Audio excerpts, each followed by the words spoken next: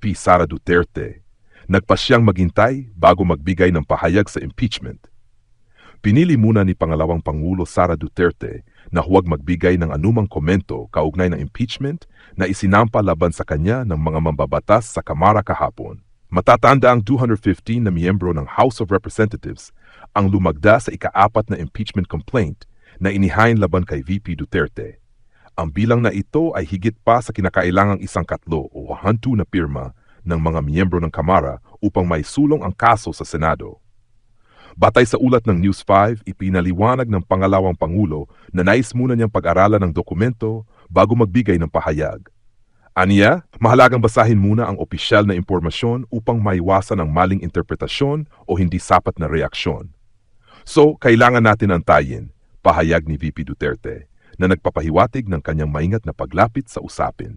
Para sa karagdagang impormasyon sa balitang ito, panoorin ang naging komento ng kilalang DDS vlogger na si Coach Ollie at pakinggan ang kanyang mga punto tungkol sa pagpapa-impeach ng Kamara kay Vice President Sara Duterte. Simulan po natin dito sa mag-amang duwag. Hinihintay ni Vice President Sara Duterte ang official statement ng Kamara kaugnay ng impeachment bago magkomento. Ipinagtanggol din si VP Sara ng kanyang mga kapatid at mga kababayan. Nasa frontline ng balitang yan ang aming Mindanao correspondent na si Bril Montalvo. Sa eksklusibong panayam ng News 5 kay Vice President Sara Duterte, gusto raw muna niyang mabasa ang official statement ng House of Representatives sa pag-impeach sa kanya bago Eto, ako dederechohin ko na po, hindi na po tayo magpapatumpik-tumpik, okay? Na-impeach po si VP Sara nitong, yan po ang kanilang term. Kasi nakaabot na po ng 200 plus ang pirma. So, ibig sabihin nun, impeach na po si VP Sara, pero hindi pa po siya convicted.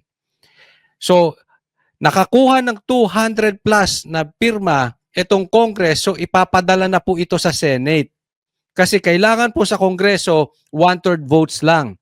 So, 103 plus lang na boto, pwede na. Pero pagdating sa Senate, kailangan 2/3 or 16 pataas ang boto. Nakukuha po natin, mas mahirap po doon. Isa yan sa pag-uusapan natin. Pero, dito po natin diinan. Ako hindi na po magpapatumpik-tumpik. Dediretsuhin na po natin. Kung tayo po ay dadamputin sa kulungan, sama-sama na po tayo. Dahil bad trip na po ako dito sa grupo ni Tambaluslos. Mga balat sibuyas, isipin ninyo.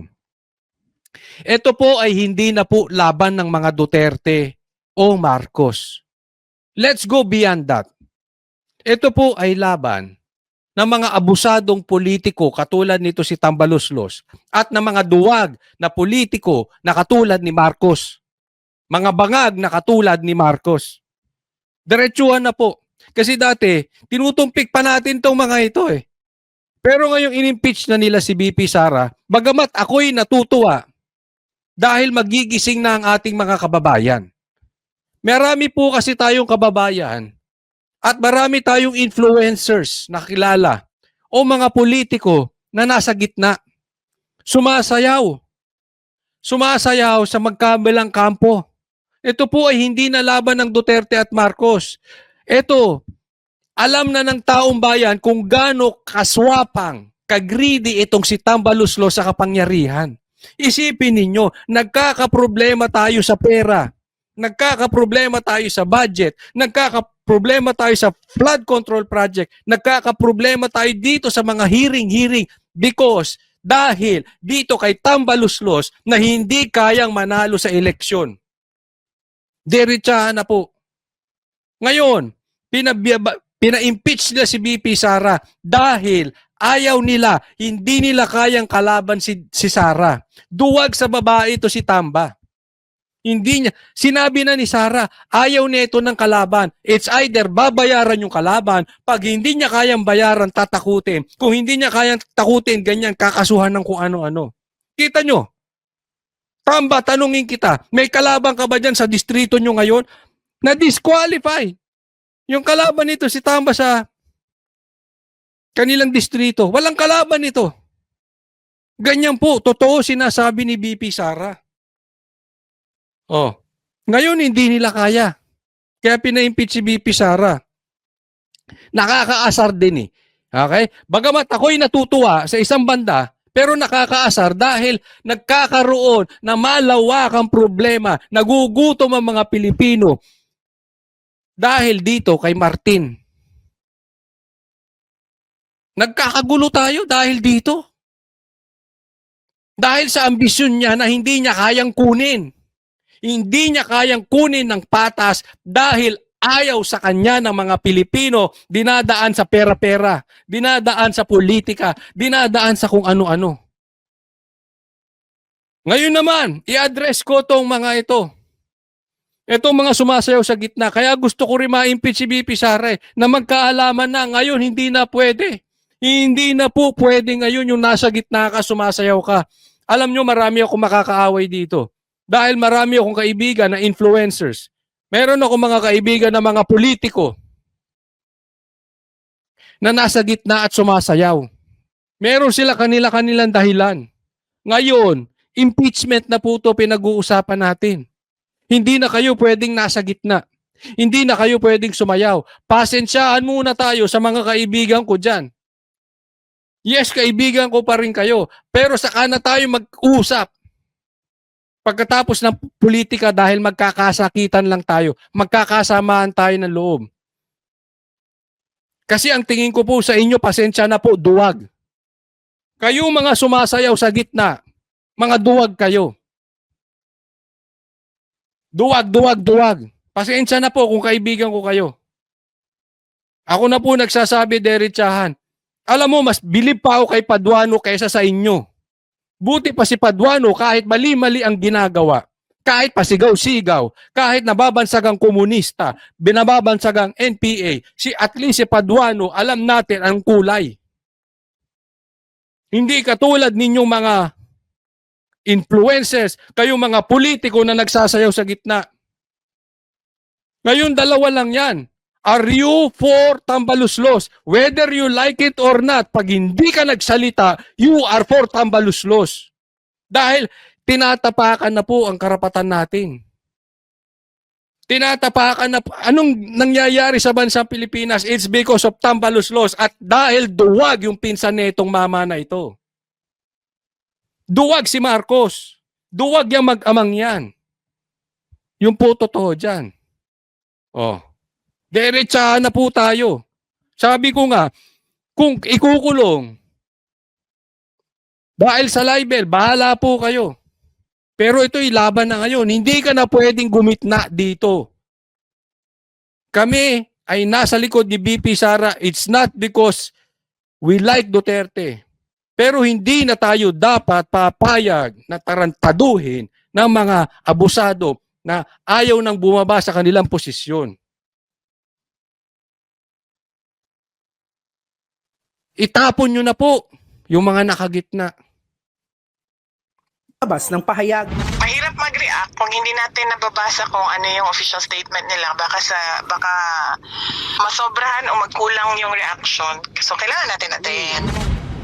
Ang mga kababayan naman ni Inday Sara sa Davao, hindi nagustuhan ang bumungad sa kanilang balita. Nag-uol gani ko ma'am no. Nalungkot talaga ako. Hindi ako makapaniwala lalo't wala namang kasalanan si Inday Sara. Bakit pa nila inimpeach?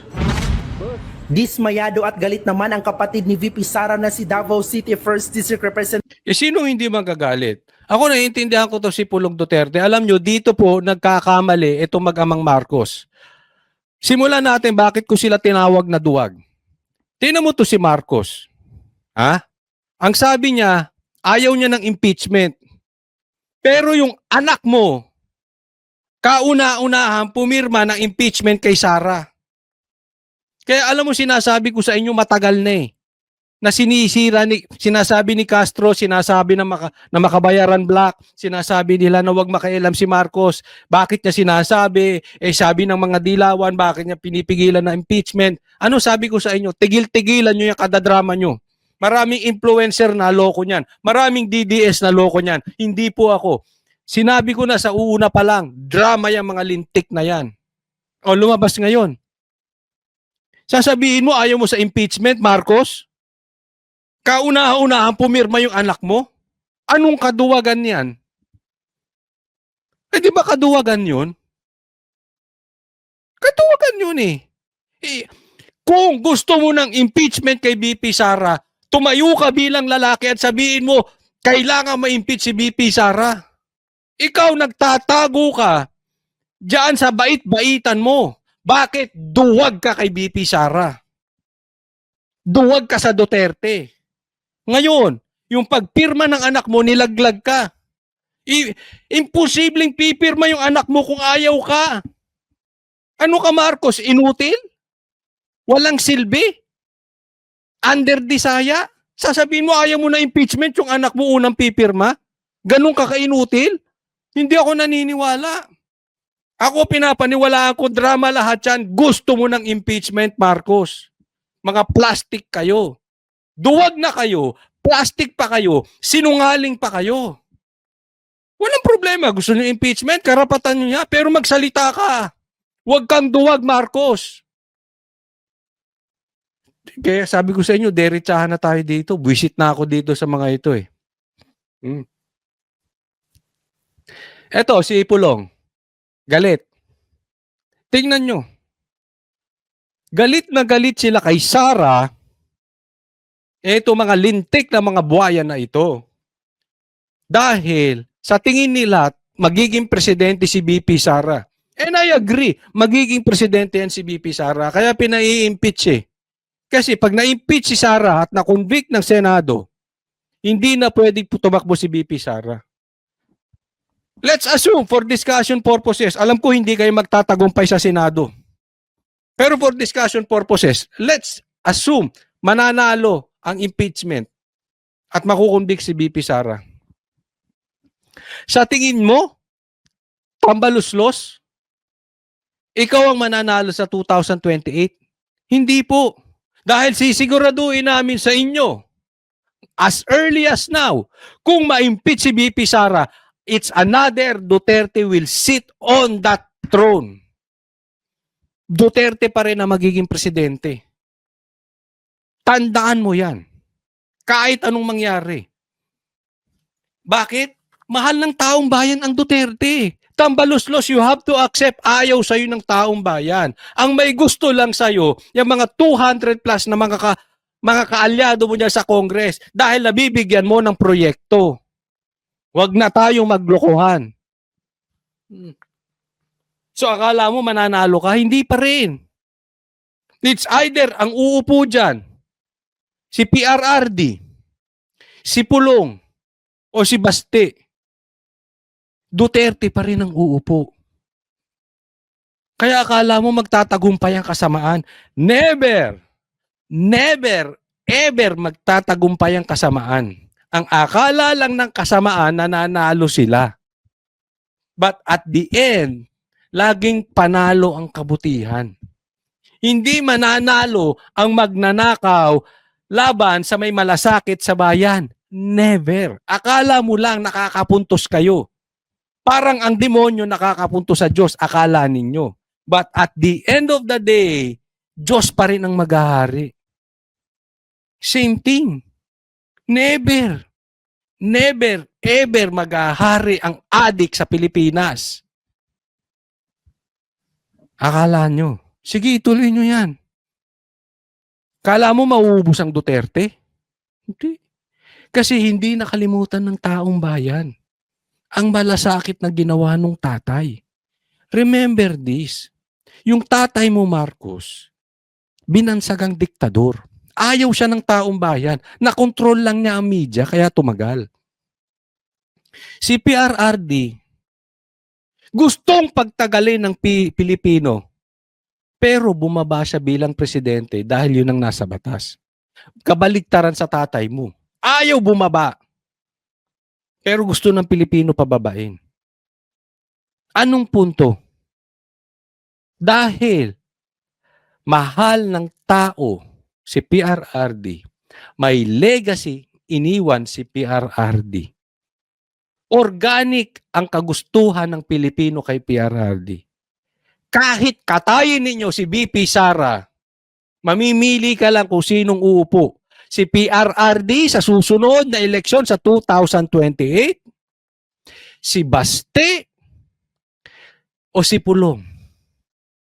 Wala na pong iba. It will still be the Duterte. Mark my words. It will happen.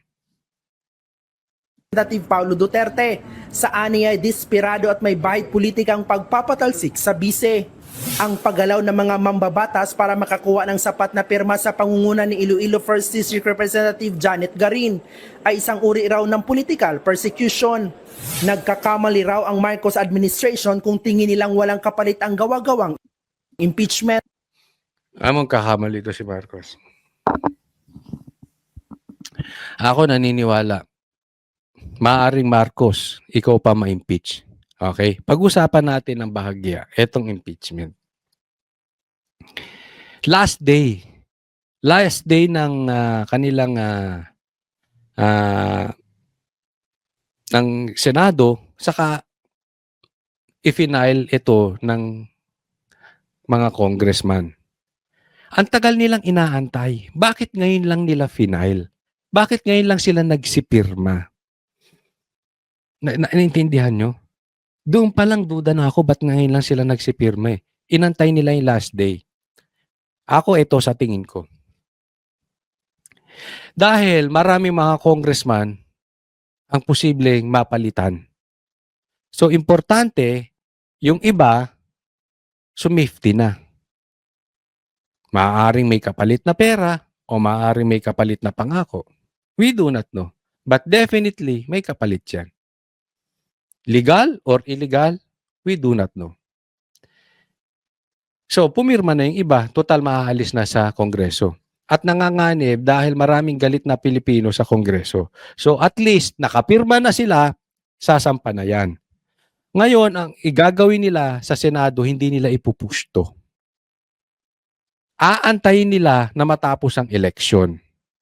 Kasi magpapalit ng liderato. Sa Congress, maaaring mawala na ang numero nila. Sa Senado ngayon, wala talaga silang numero para manalo ang impeachment. Wala po silang numero, wala silang 16 na boto. Pero ang itutulak nila dito, etong mga kaalyado ni Marcos. They will do their best. Yung makinarya, yung ayuda, babaha po ng pera sa Pilipinas ngayong eleksyon na to. Asahan nyo yun. Babaha ng pera. Nakakatakot po. Babaha ng patayan. Babaha ng pananakot. Babaha ng droga. Babaha ng kidnapping ngayong eleksyon. Dapat maipanalo ni Marcos yung kanilang mga kandidato para manalo ang impeachment sa Senado kasi pwedeng ituloy yan. Yan po ang kanilang sinasabi. Actually, pag-uusapan pa yan eh. Kasi kung po pwede bang ipasa sa susunod na Congress kung hindi man matapos ngayon. Pero sa nangyayari sa Pilipinas, nakikita nyo naman, hindi na po sila sumusunod sa batas. So whether pag-uusapan yan or hindi pag-uusapan, naniniwala ako, gagawa nila ng paraan yan para yan ay maituloy kahit magpalit na po ang senador. Asahan nyo po yan. Yung nga sa siege nga dyan sa pinaalis na sila ng korte.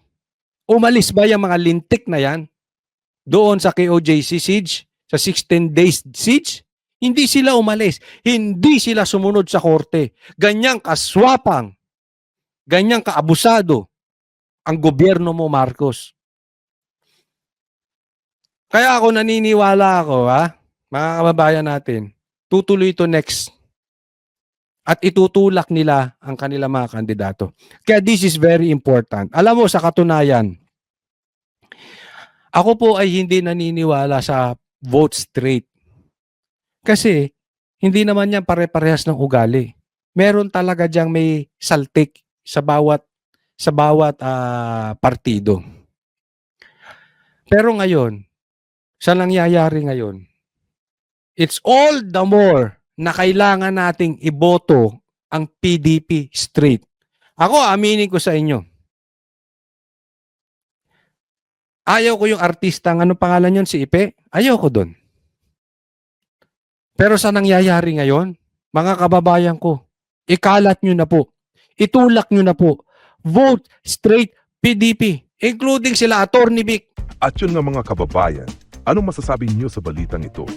Maaring ihayag ang inyong opinyon at kuro-kuro sa comment section sa ibaba. Huwag din kalimutang mag-like, mag-subscribe at mag-share sa bidyong ito. Maraming salamat sa panonood.